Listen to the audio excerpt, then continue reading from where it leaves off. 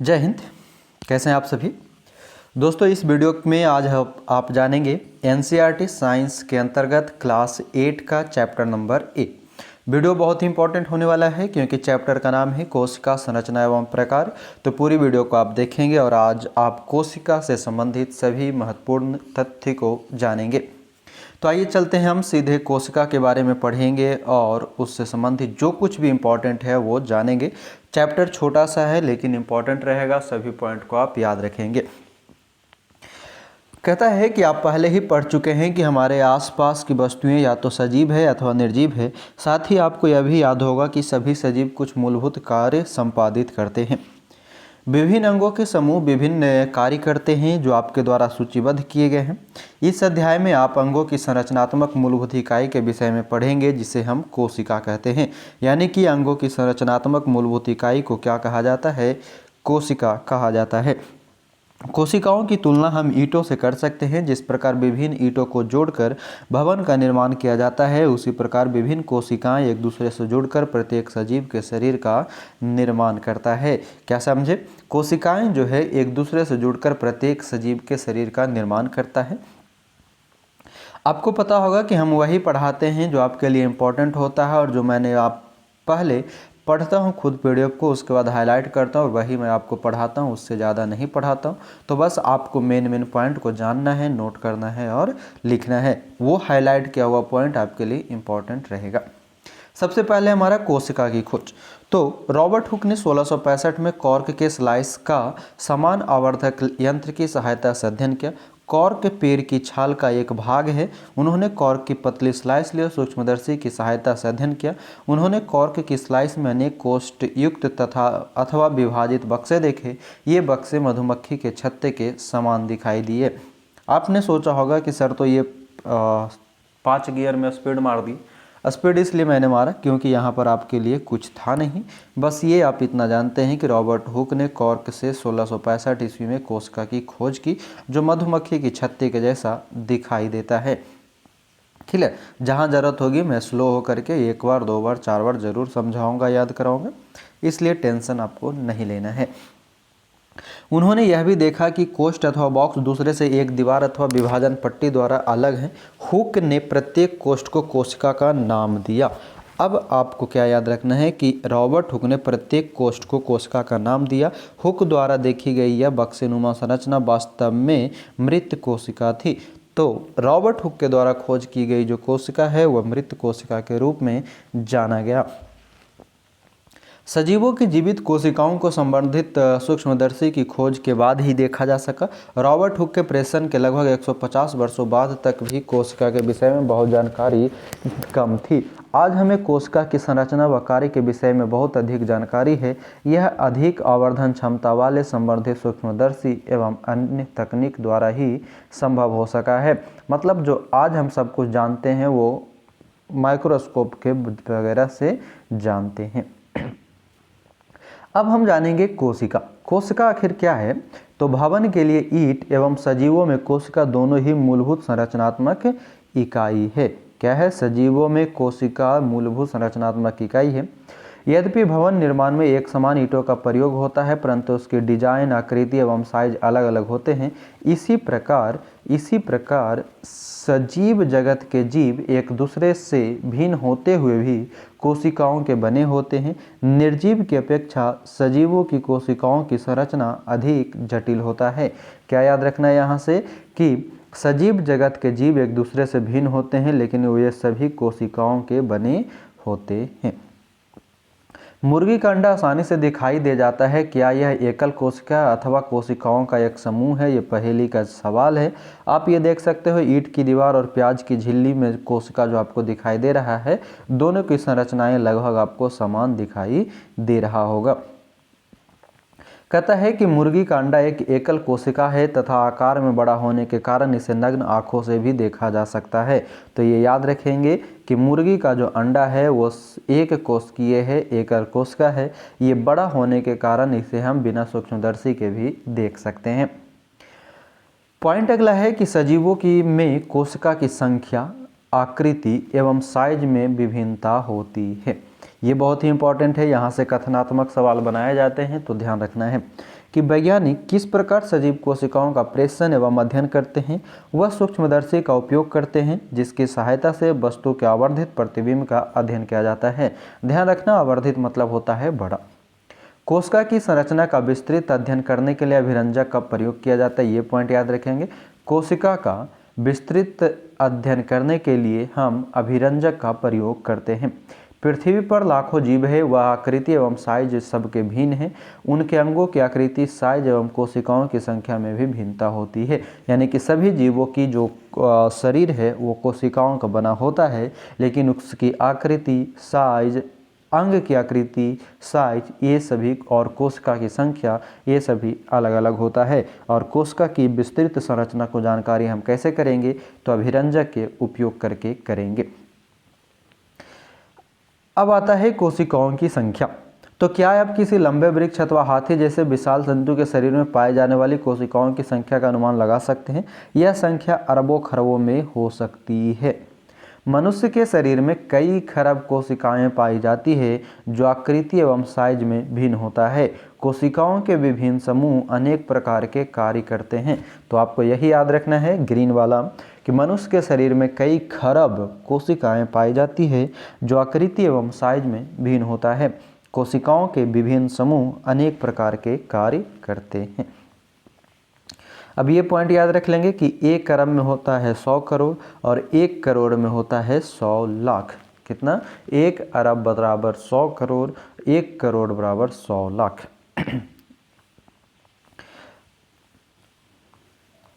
यहाँ ध्यान देंगे, बहुत ही इंपॉर्टेंट लाइन, यहाँ पे आगे के 2-3 पॉइंट मिलेगा, बहुत ही इंपॉर्टेंट है, जरा ध्यान से। कहता है,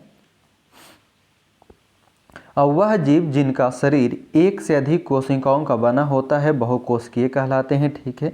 छोटे जीवों में कोशिकाओं की कम संख्या उनके क्रियाकलाप को किसी प्रकार प्रभावित नहीं करता है। यानी कि वैसे जीव जिसमें कोशिकाओं की संख्या कम है वो उसके कार्य को प्रभावित नहीं करता है, क्योंकि जो जीव जितना छोटा होता है उसको उतनी कोशिकाओं की ही जरूरत होती है। आपको जानकर आश्चर्य होगा कि अरबों कोशिकाओं वाले जीवों के जीवन का प्रारंभ एक कोशिका से ही होता है, जो एक निषेचित अंडा होता है। यानी कि चाहे कितना भी बड़ा जीव हो, चाहे वह कितने ही बड़े कोशिकाओं के समूह से बना हो, लेकिन उसकी जीवन की आरंभ एक कोशिका से ही होता है। और वो कोशिका क्या होता है? निषेचित अंडा के रूप में होता है। निषेचित अंडा गुणन करता है तथा वृद्धि एवं परिवर्धन के साथ कोशिकाओं की संख्या बढ़ती जाती है। क्या है? निषेचित अंडा गुणन करता है तथा वृद्धि एवं परिवर्धन के साथ कोशिकाओं की संख्या बढ़ती जाती है। ये ध्यान रखेंगे। चित्र 8.3a एवं b को देखना है आपको, नीचे हम दिखाएंगे। कहता है, दोनों जीव एकल कोशिकाओं के बने हैं। एक कोशिका वाले जीव को एक कोशिकीय यानी कि यूनिसेलुलर कहा जाता है। और ये यूनिसेलुलर आपके पास है जो है अमीबा और पैरामीशियम। तो क्या याद रखना है? एक कोशिकीय जीवों में कौन आता है? तो अमीबा और पैरामीशियम एक कोशिकीय जीव के अंतर्गत आते हैं। ध्यान रखना है। देखो यहाँ से एक सवाल और बन रहा है। ये जो पैरामीशियम का जो आप स्ट्रक्चर देख रहे हो, ये किसके समान है? आप बताएंगे। ठीक है। यहाँ से एक सवाल बनता है, वो मैं बताऊंगा, लेकिन आप पहले बताओ कि पैरामीशियम जो है इसका आकृति आपको देख करके कैसा लग रहा है? किसके समान लग रहा है? चप्पल, जूता, कुर्सी, टेबल, किसके आकार का लग रहा है? आप बताओगे। और अमीबा का कोई निश्चित आकार नहीं होता है, ये कभी भी किसी भी तरह से बन जाता है। कहता है, एक कोशिकीय जीव भी सभी आवश्यक क्रियाएं करता है जो बहुकोशिकीय जीवों द्वारा की जाती है। एक कोशिकीय जीव जैसे कि अमीबा भोजन का अंतर्ग्रहण करता तथा पचाता है और श्वसन, उत्सर्जन, वृद्धि एवं प्रजनन भी करता है। बहुकोशिकीय जीवों में यह सभी कार्य विशिष्ट कोशिकाओं के समूह द्वारा संपादित किए जाते हैं। कोशिकाओं का यह समूह उत्तक का निर्माण करते हैं तथा विभिन्न उत्तक अंगों का निर्माण करता है। तो ध्यान रखना है कि ये कोशिकीय जीव जो होते हैं वह वो सभी कार्य करते हैं जो बहुत कोशिकीयों यानी कि बहुकोशिका वाले जीव करते हैं। एक कोशिकीय जीव जैसे कि अमीबा का यहाँ पर लिया गया है, जो कि भोजन का अंतर्ग्रहण भी करता है, पचाता भी है, श्वसन भी करता है, उत्सर्जन भी करता है, वृद्धि भी करता है और प्रजनन भी करता है। इसी प्रकार से एक कोशिकीय जीव पैरामीशियम भी करता है, सेम जैसे बहुकोशिकीय जीव कहते हैं। यहाँ ध्यान देंगे कि कोशिकाओं का जो समूह होता है वह उत्तक कहलाता है और विभिन्न उत्कोश का समूह अंगों का निर्माण करता है। ये क्रियाकलाप है, क्रियाकलाप आपको करना नहीं होता है, आप चाहें तो क्रियाकलाप को वीडियो रोक के पढ़ सकते हैं आपकी जानकारी के लिए। अब आता है कोशिका की आकृति। तो चित्र 8.3a को देखिए, आपने देखा होगा अमीबा था वहाँ पे, ठीक है, अमीबा था। चित्र में दर्शाए गए अमीबा की आकृति को आप किस प्रकार परिभाषित करेंगे? आप कह सकते हैं इसकी आकृति अनियमित है। अमीबा की आकृति कैसी है? अनियमित है। वास्तव में अमीबा की कोई सुनिश्चित आकृति नहीं होती, यह अपनी आकृति बदलता रहता है। इसके मुख्य शरीर से बाहर की ओर परिवर्तित लंबाई के प्रवर्ध उभरते हुए दिखाई देते हैं, इन्हें पादाभ कहते हैं। तो ये याद रखना है, पादाभ किससे संबंधित है? तो अमीबा से संबंधित है, यही आपसे सवाल में पूछे जाते हैं।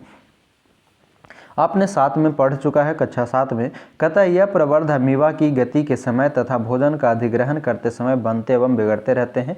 तो यही आपको याद रखना है कि जो पादाभ होता है वो अमीबा को चलने में मदद करता है और भोजन को खाने में मदद करता है। पादाभ का काम क्या है? अमीबा की गति प्रदान करना और अमीबा को भोजन का अधिग्रहण करने में मदद करना। पहेली कह रही है कि अपनी आकृति बदलने से अमीबा को क्या लाभ होता है। आइए जानते हैं क्या लाभ होता है। तो बूझो समझा रहा है कि अमीबा की बदलती हुई आकृति पादाभ के बनने के कारण होती है, जो उसे गति प्रदान करने एवं भोजन ग्रहण करने में सहायता करता है। ये पॉइंट आपको याद रखना है। पूछा जाता है सवाल आपसे कि अमीबा जो है किस अंग के कारण गति करता है? तो पादाभ के कारण करता है। और भोजन किससे ग्रहण करेगा? तो वह भी पादाभ के कारण करेगा। मनुष्य के रक्त में पाए जाने वाले श्वेत रक्त कोशिकाएं यानी कि WBC भी एक कोशिकीय संरचना का उदाहरण है। WBC यानी कि वाइट ब्लड सेल्स जिसको कहते हैं, यह क्या है? एक कोशिकीय संरचना है। चलो यहाँ पर भी हम आपसे एक सवाल देते हैं। WBC यानी कि वाइट ब्लड सेल को हम क्या कहते हैं? यूरोसाइट, ल्यूकोसाइट या थ्रोम्बोसाइट? WBC को हम क्या कहते हैं? आप बताएंगे। यूरोसाइट, थ्रोम्बोसाइट या ल्यूकोसाइट आपको बताना है। ऊपर में मैंने सवाल पूछा था आपसे पैरामीशियम, तो पैरामीशियम का जो आकार होता है ये पंजाकार या चापाकार होता है। पंजाकार यानी कि पैर के आकार का होता है, ठीक है। इसका सवाल आंसर आप बताओगे। WBC को वैज्ञानिक नाम क्या है? कह रहा है कि WBC भी एक कोशिकीय संरचना का उदाहरण है जो आपकी अपनी आकृति बदल सकती है। WBC एक कोशिका है, जबकि अमीबा एक पूर्ण विकसित जीव है जिसका स्वतंत्र अस्तित्व है। तो ध्यान रखना WBC और अमीबा में क्या अंतर है। तो WBC भी एक कोशिकीय है, लेकिन WBC मात्र एक कोशिका का नाम है, जबकि अमीबा एक कोशिकीय होते हुए भी अमीबा एक पूर्ण विकसित जीव के रूप में जाना जाता है। आपके विचार में उन जीवों में कोशिकाओं की आकृति कैसी होगी जिनमें लाखों कोशिकाएं होती है? चित्र 8.4 ABC में मानव की विभिन्न प्रकार की कोशिकाएं जैसे कि रक्त, पेशी एवं तंत्रिका कोशिका दिखाई गई है। ये विभिन्न आकृतियां उनके विशिष्ट कार्यों से संबंधित है। बहुत ही इंपॉर्टेंट रहेगा रक्त, पेशी और तंत्रिका कोशिका। आइए पहले आप ये चित्र देख लो। A नंबर ये हो गया, B नंबर और ये C नंबर, ठीक है। A नंबर में गोलाकार रक्त कोशिका है, B नंबर में आपका तर्क रूपी पेशी कोशिका है और C नंबर में लंबी शाखित तंत्रिका कोशिका दर्शाया गया है, ठीक है। अब देखो यहाँ से जो आपको याद रखना है वो कहता है कोशिकाएं सामान्यतः गोल, चपटी गोल अथवा लंबी होती है। क्या है? कोशिकाएं या तो गोल हो सकती है, चपटी हो सकती है या लंबी हो सकती है। कुछ कोशिकाएं लंबी होती है जिनके दोनों सिरे नुकीले होते हैं। कुछ कोशिकाएं जो लंबा होगा उसके दोनों किनारे नुकीले होंगे, जैसा कि आप चित्र 8.4b में देख सकते हो। दोनों सिरा इसका क्या है? नुकीला होता है। आगे क्या कह रहा है कि इनका आकार तर्क रूप होता है। चित्र 8.4 का भी देखिए।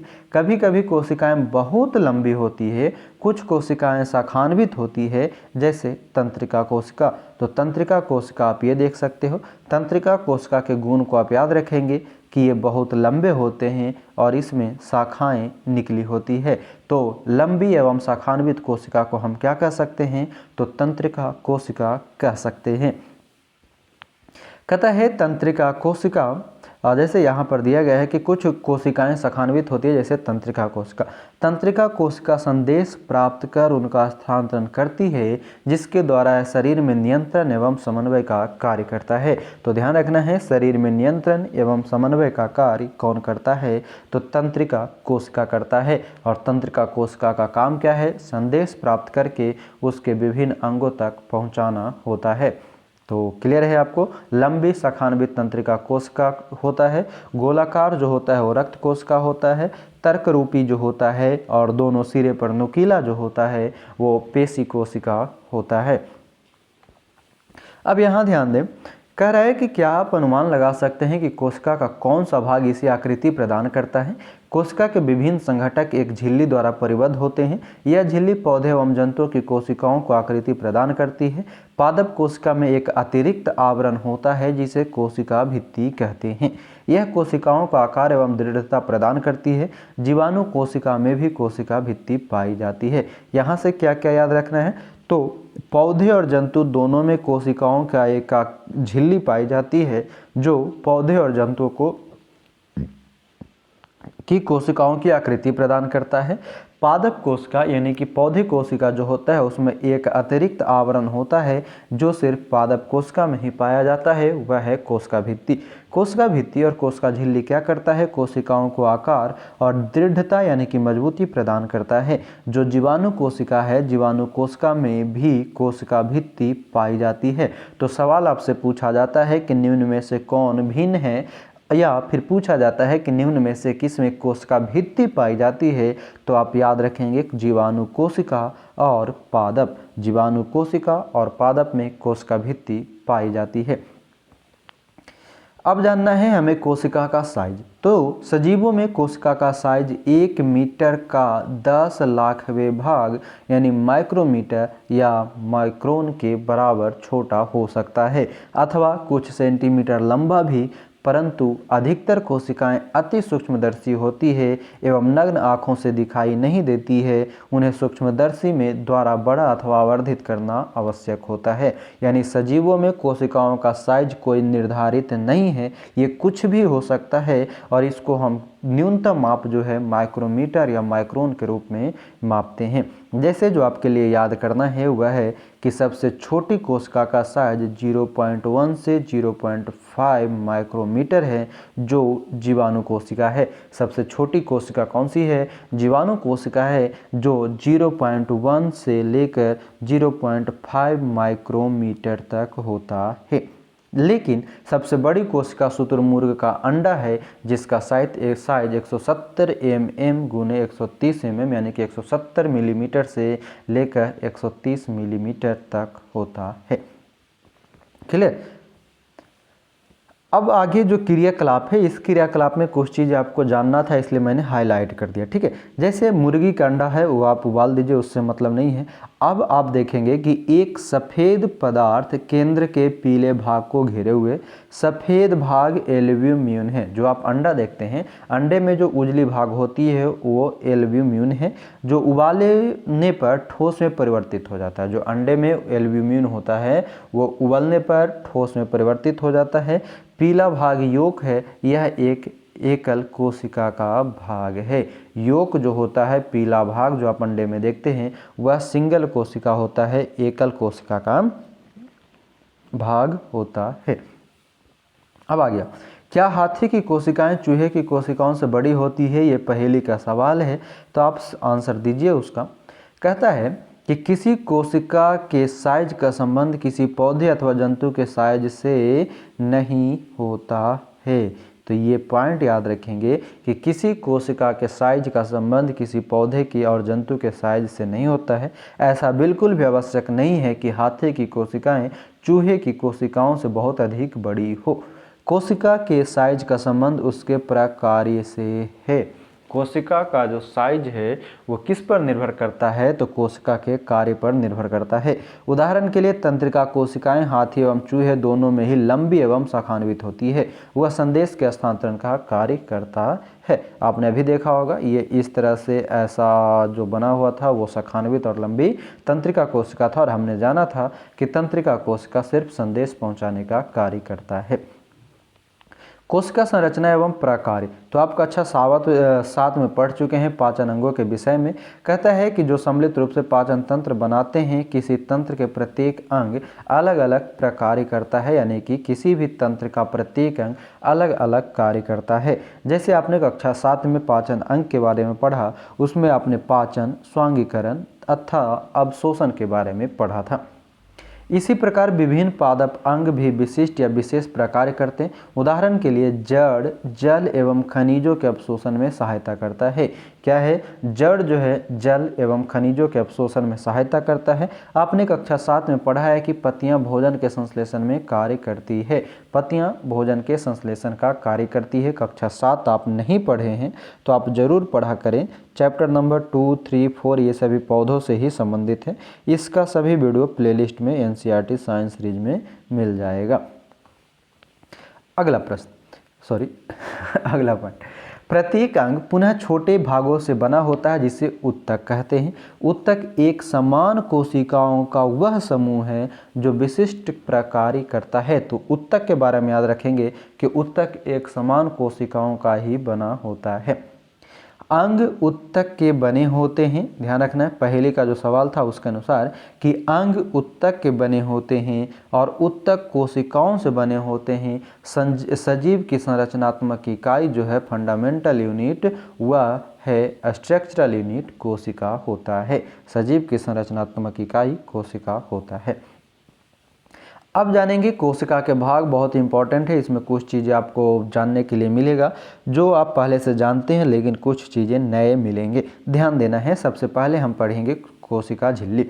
तो कोशिका के मूल घटक होते हैं कोशिका झिल्ली, कोशिका द्रव एवं केंद्रक। ये 3 पॉइंट आप याद रखेंगे। कोशिका का जो मेन घटक होता है वह कोशिका झिल्ली, कोशिका द्रव और केंद्रक के रूप में जाना जाता है। कोशिका द्रव एवं केंद्रक कोशिका झिल्ली के अंदर परिबद्ध होता है। केंद्रक झिल्ली के अंदर में कोशिका द्रव और कोशिका झिल्ली मौजूद होता है। कोशिका झिल्ली एक कोशिका को दूसरी कोशिका एवं घेरे हुए माध्यम में अलग करती है। कोशिका झिल्ली, जिसे प्लाज्मा झिल्ली भी कहते हैं, संरंध्र होती है। संरंध्र का मतलब इससे कुछ चीज़ें बाहर अंदर हो सकती है, उसे हम संरंध्र कहते हैं। ठीक है, कहता है कि कोशिका झिल्ली, जिसे प्लाज्मा झिल्ली भी कहते हैं, संरंध्र होती है तथा विभिन्न पदार्थों के कोशिकाओं में आवागमन का नियमन करता है। ये है कोशिका झिल्ली। इसके अंदर केंद्रक झिल्ली, इसके अंदर केंद्रक या जीव द्रव, और यहाँ से जो कुछ कोशिकाओं जो विभिन्न पदार्थ होता है उसको आने जाने की जो प्रक्रिया करता है वह कोशिका झिल्ली करता है। क्लियर है? तो आपने क्या जाना कि कोशिका के मूल घटक 3 होते हैं, कोशिका झिल्ली, कोशिका द्रव और केंद्रक। कोशिका द्रव एवं केंद्रक कोशिका झिल्ली के अंदर होता है। कोशिका झिल्ली एक कोशिका को दूसरी कोशिका से बांधे रखता है। कोशिका झिल्ली प्लाज्मा झिल्ली के नाम से भी जाना जाता है। कोशिका झिल्ली संरंध्र होती है जो अन्य पदार्थों को आने जाने का रास्ता देता है। अब देखो ये क्रियाकलाप है, आप चाहें तो क्रियाकलाप को पढ़ सकते हैं। क्रियाकलाप में प्याज का उदाहरण लिया गया है और प्याज के उदाहरण से उसमें कोशिका झिल्ली की जांच करने के लिए मिथाइलिन ब्लू केमिकल का प्रयोग किया गया है।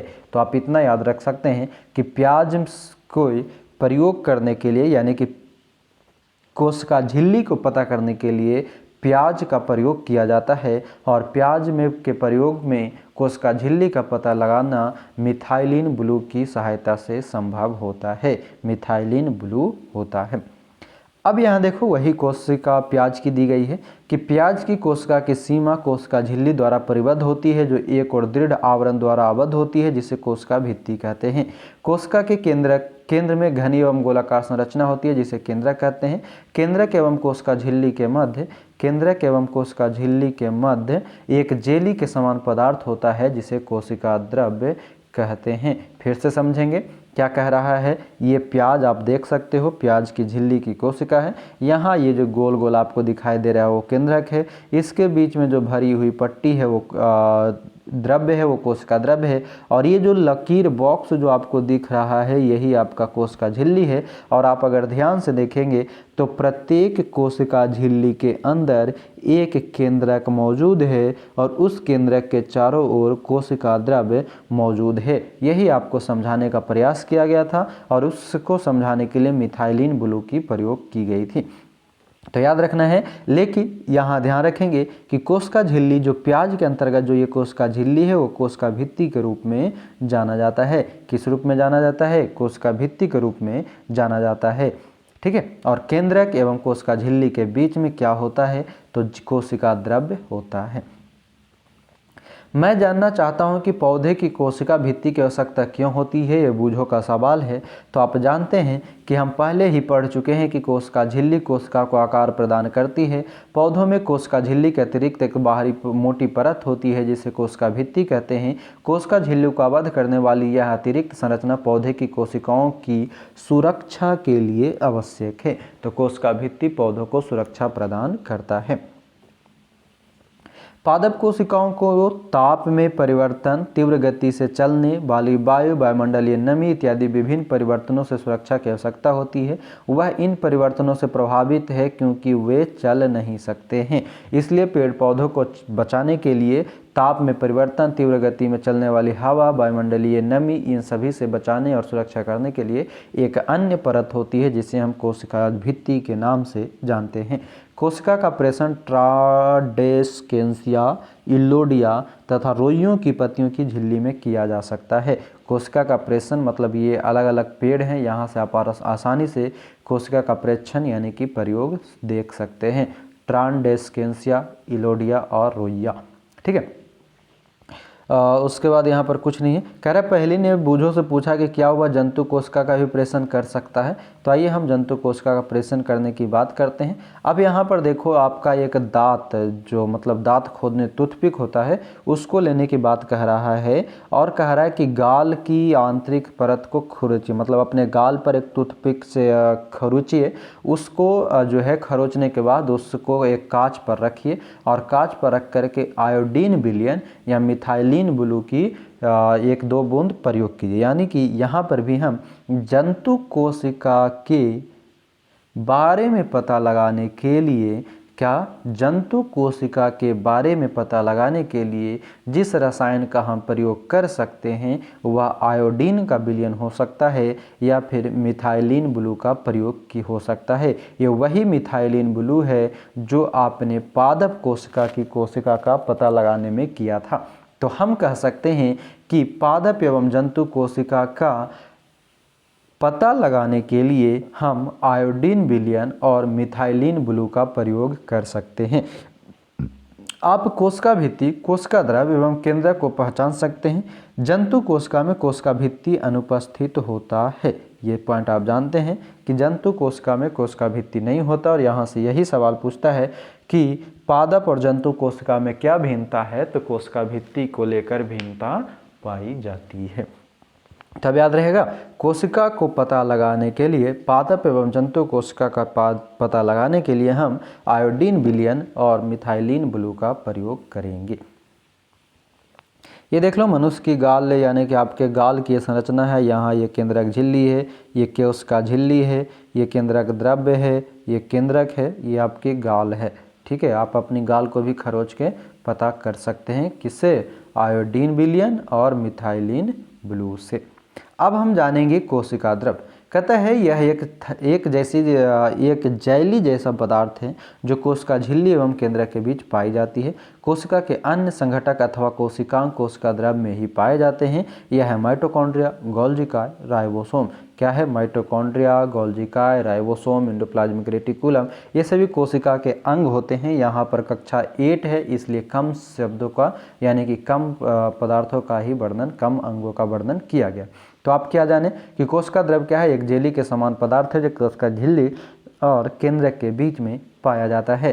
कह रहा है आप इनके विषय में अगली कक्षाओं में पढ़ेंगे, यानी कि माइटोकॉन्ड्रिया, गोल्जिका, राइबोसोम, ये सभी क्लास 9-10 में आप पढ़ेंगे। तो हमारे साथ बने रहिएगा क्लास 9-10 में पढ़ने के लिए। अब आता है केंद्रक। सजीव कोशिका का यह महत्वपूर्ण संघटक है। सामान्यतः यह गोलाकार होता है तथा कोशिका के मध्य भाग में स्थित होता है। इसे सरलतापूर्वक अभिरंजित करके सूक्ष्मदर्शी के नीचे आसानी से देखा जा सकता है। केंद्रक कोशिका द्रव से एक झिल्ली द्वारा अलग रहता है, जिसे केंद्रक झिल्ली अथवा केंद्रकावरण कहते हैं।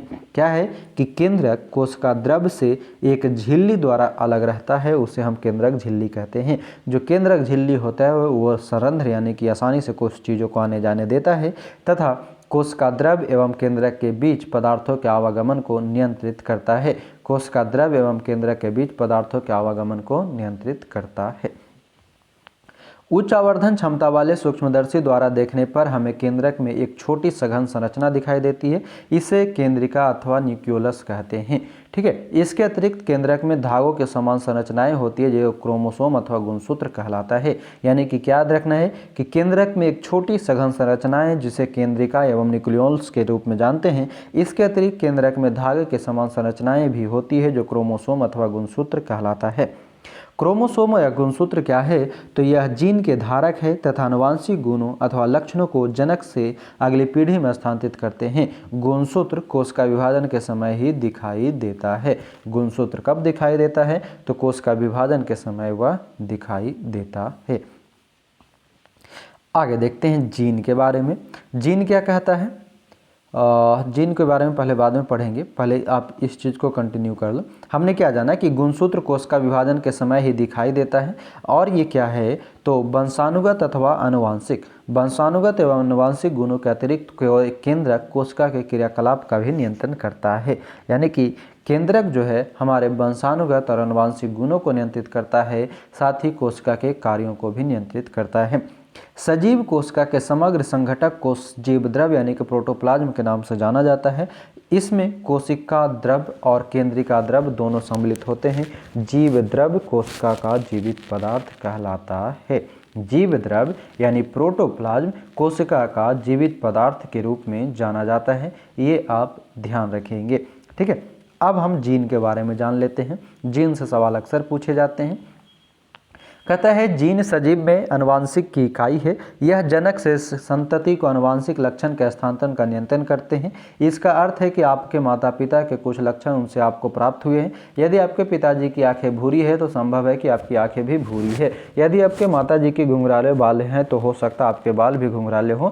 परंतु परंतु परंतु परंतु जनक प्राप्त विभिन्न जीन के संयुक्त होने के परिणाम स्वरूप लक्षण भिन्न भी हो सकते हैं। तो ये याद रखना है, जीन के अलग अलग रूप में या समान भी हो सकते हैं या अलग भी हो सकते हैं। पहेली का सवाल है कि पहेली जानना चाहती है कि क्या पौधे, जंतु और जीवाणु की कोशिका में केंद्रक की संरचना एक समान होती है। तो आइए जानते हैं। जीवाणु कोशिका का केंद्रक बहुकोशिकीय जीवों के केंद्रक के समान सुसंगठित नहीं होता। इसमें केंद्रक झिल्ली अनुपस्थित होता है। जीवाणु कोशिका जो कि एक कोशिका के रूप में जाना जाता है, ये केंद्रक झिल्ली अनुपस्थित होता है। जीवाणु कोशिका में केंद्रक झिल्ली नहीं होता है। ऐसी कोशिकाएं जिनमें केंद्रक पदार्थ केंद्रक झिल्ली के बिना होता है, प्रोकैरियोटिक कोशिका कहलाता है। क्या कह रहा है, वैसे कोशिका जिनमें केंद्रक और केंद्रक झिल्ली नहीं होते हैं प्रोकैरियोटिक कोशिका कहलाता है। यानी जीवाणु कोशिका एक प्रकार का प्रोकैरियोटिक कोशिका है। इस प्रकार की कोशिकाएं वाले जीव प्रोकैरियोट्स कहलाते हैं। जीवाणु और नीले हरे शैवाल इसके उदाहरण हैं। तो आपको याद रखना है, जीवाणु कोशिका या जीवाणु और नीले हरे शैवाल, जिसे हम ब्लू अलगी के नाम से जानते हैं, ये सभी क्या है, प्रोकैरियोटिक का उदाहरण है। प्याज की झिल्ली एवं गाल की कोशिकाओं जैसी कोशिकाओं में झिल्लीयुक्त सुसंगठित केंद्रक पाया जाता है, वे यूकैरियोटिक कोशिकाएं कहलाती है। ऐसी कोशिकाओं वाले जीव यूकैरियोट्स कहलाते हैं। तो आपने देखा प्रोकैरियोटिक और यूकैरियोटिक के बारे में। तो प्रोकैरियोटिक वो है जिसमें केंद्रक और केंद्रक झिल्ली नहीं होता, प्रोकैरियोटिक कहलाता है। जबकि यूकैरियोटिक वो है जिसमें केंद्रक पाया जाता है और ये झिल्ली युक्त होता है। तो आप ये प्याज की झिल्ली का भी नाम याद रख लेंगे, गाल की कोशिका को भी याद रखेंगे। ये सभी क्या है, यूकैरियोटिक कोशिका। अच्छा ये बताओ आप कि प्याज की झिल्ली और गाल की कोशिका को हम पता लगाने के लिए किस रसायन का प्रयोग किए थे, जल्दी से बताओ। अब आगे बढ़ते हैं। प्याज की झिल्ली की कोशिकाओं का ऑपरेशन करते समय क्या आपने कोशिका द्रव के बीच खाली अथवा दिखने वाली संरचनाओं पर ध्यान दिया? मैंने सवाल क्या किया था कि प्याज की झिल्ली पे आप किसका प्रयोग कर रहे थे, तो हम प्रयोग कर रहे थे ये किसका, आयोडीन का। और दूसरा क्या कर रहे थे, जल्दी से बताओ, मिथाइलिन ब्लू का, मिथाइलिन ब्लू का हम प्रयोग कर रहे थे। ठीक है, आइए कहता है प्याज की झिल्ली की कोशिकाओं का ऑपरेशन करते समय क्या आपने कोशिका द्रव के बीच खाली अथवा दिखने वाली संरचनाओं का ध्यान दिया? इन्हें रिक्तिका कहते हैं। यह मात्र एक एवं बड़ी हो सकती है, जैसे कि प्याज की झिल्ली की कोशिकाओं में दिखाई देती है। गाल कोशिकाओं में अनेक छोटी छोटी रिक्तिकाएं होती है। बड़ी रिक्तिकाएं आमतौर पर पौधे की कोशिकाओं में पाई जाती है। जंतुओं में ये रिक्तिकाएं बहुत छोटी होती है या नगण्य भी होती है। तो याद रखना है, रिक्तिकाएं जो होती है, वैक्यूल्स जिसको बोलते हैं, ये पौधे में ज़्यादा होता है, जंतुओं में छोटी होती है। ट्रांडेस्केस या पत्ती की कोशिकाओं में आपने अनेक छोटी रंगीन संरचनाएं देखी होगी। वे पत्ती की कोशिकाओं के कोशिका द्रव में छितरी रहती है। इन्हें प्लास्टिड कहते हैं या विभिन्न रंगों के होते हैं। उनमें से कुछ में हरा रंजक उपस्थित होता है जिसे क्लोरोफिल कहते हैं। क्या है, इन्हें प्लास्टिड कहते हैं या विभिन्न रंगों के होते हैं। इनमें से कुछ में हरा रंजक उपस्थित होता है जिसे क्लोरोफिल कहते हैं। आइए अब यहाँ देखते हैं। हरे रंग के प्लास्टिड को क्लोरोप्लास्ट अथवा हरित लवक कहते हैं। वे पत्तियों को हरा रंग प्रदान करते हैं। आपको याद होगा, पत्तियों के क्लोरोप्लास्ट में उपस्थित क्लोरोफिल प्रकाश संश्लेषण के लिए आवश्यक होता है।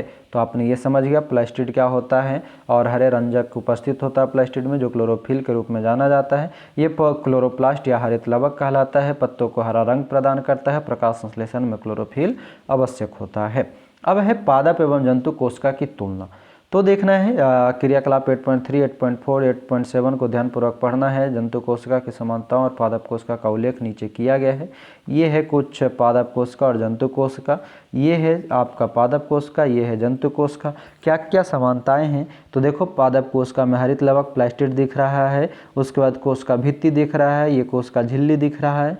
और अब जंतु कोशिका में देखो, तो जंतु कोशिका में और पादप कोशिका में जो कोशिका द्रव है, जंतु कोशिका और पादप कोशिका में केंद्रक है। जंतु कोशिका और पादप कोशिका में रिक्तिका है। रिक्तिका देखो इतनी बड़ी है, इसमें जंतु कोशिका में छोटी रिक्तिका है।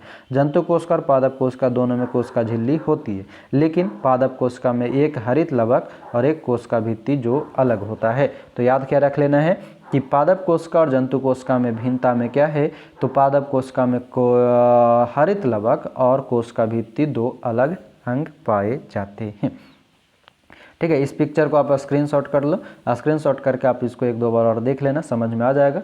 और मैं रुको 1 मिनट, ये और ये इसको हाईलाइट कर दे रहा हूँ, ये दोनों अलग हैं। अब आप स्क्रीनशॉट ले लो। ठीक है, मैं भी ले लेता हूँ।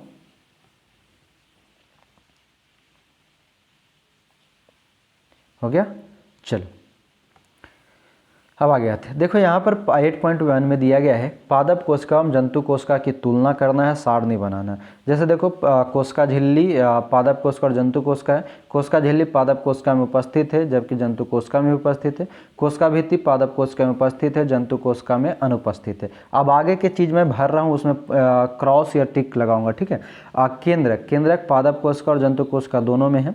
केंद्रक झिल्ली पादप कोशिका जंतु कोशिका दोनों में है। कोशिका द्रव पादप कोशिका और जंतु कोशिका दोनों में है। प्लास्टिड पादप कोशिका और जंतु कोशिका दोनों में है। रिक्तिकाएं पादप कोशिका और जंतु कोशिका दोनों में, यानी कि ये सभी जो है, मात्र आपको डिफरेंस किसका देखा, कोशिका भित्ति का। कोशिका भित्ति जो कि जंतु कोशिका में अनुपस्थित होता है और पादप कोशिका में उपस्थित होता है। बाकी कोशिका झिल्ली, केंद्रक झिल्ली, कोशिका द्रव, प्लास्टिड, रिक्तिकाएं, ये सभी जो है पादप और जंतु दोनों में पाया जाता है। रिक्तिकाएं में डिफरेंस इतना है कि पादप कोशिका में ये बड़ा होता है और जंतु कोशिका में ये छोटा होता है। चलो ये बॉक्स हो गया कंप्लीट, और इस प्रकार आपका ये चैप्टर भी होता है कंप्लीट। अब आप बने रहेंगे, आपने क्या सीखा, प्रमुख शब्द और ऑब्जेक्टिव सवाल को हम सॉल्व करेंगे। तो प्रमुख शब्द में आपने जाना कोशिका, जिसके बारे में 1665 में रॉबर्ट हुक ने मृत कोशिका के रूप में बारे में बताया। कोशिका झिल्ली कोशिकाओं की बाहरी संरचना होती है। कोशिका भित्ति पादप में पाई जाती है, हरित लवक पादप में पाई जाती है। गुणसूत्र हमारे आनुवंशिक गुणों को दर्शाता है। कोशिका द्रव कोशिका के अंदर पाया जाता है। यूकैरियोटिक जो बहुकोशिकाएं होती है, जैसे प्याज की झिल्ली और गाल।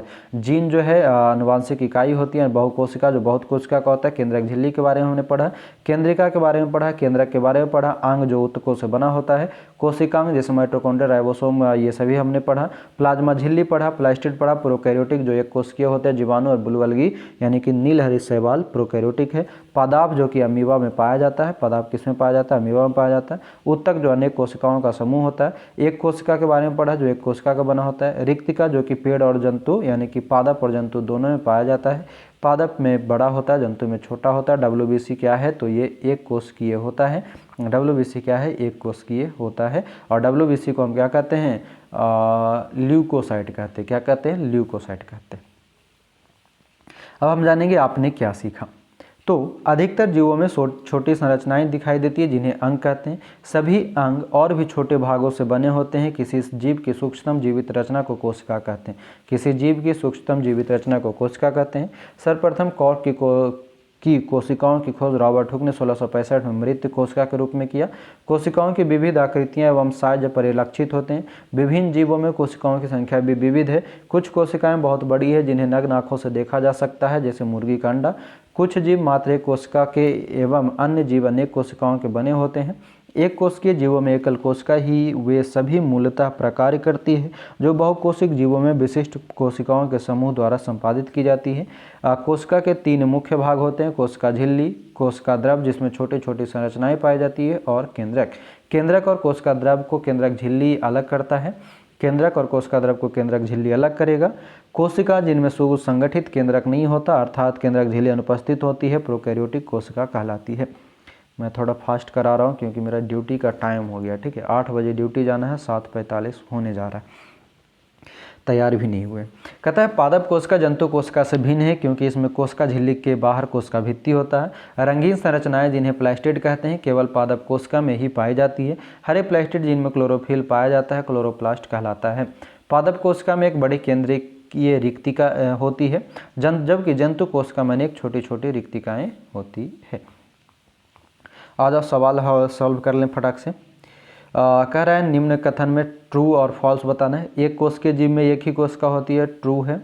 पेशी कोशिकाएं शाखान्वित होती है, पेशी कोशिका नहीं, तंत्रिका कोशिका शाखान्वित होता है। पेशी कोशिका जो होता है वो आपका ऐसा वाला जो नुकीला वाला टाइप का था वो होता है। किसी जीव की मूल संरचना अंग है, किसी जीव की मूल संरचना अंग नहीं कोशिका है। अमीबा की आकृति अनियमित होती है, बिल्कुल सही है।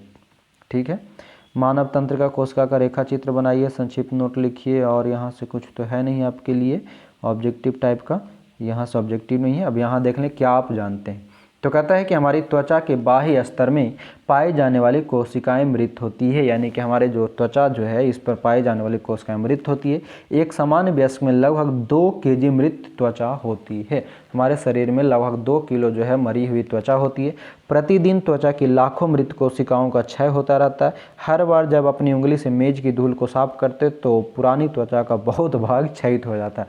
यानी कि सोच लो आपकी उंगली जो है वो एक छोटे से जगह पे आप थोड़ा सा ऐसे घर्षण मारोगे वो उसके कोशिकाएं जो है बहुत सारा भाग क्षयित हो गया।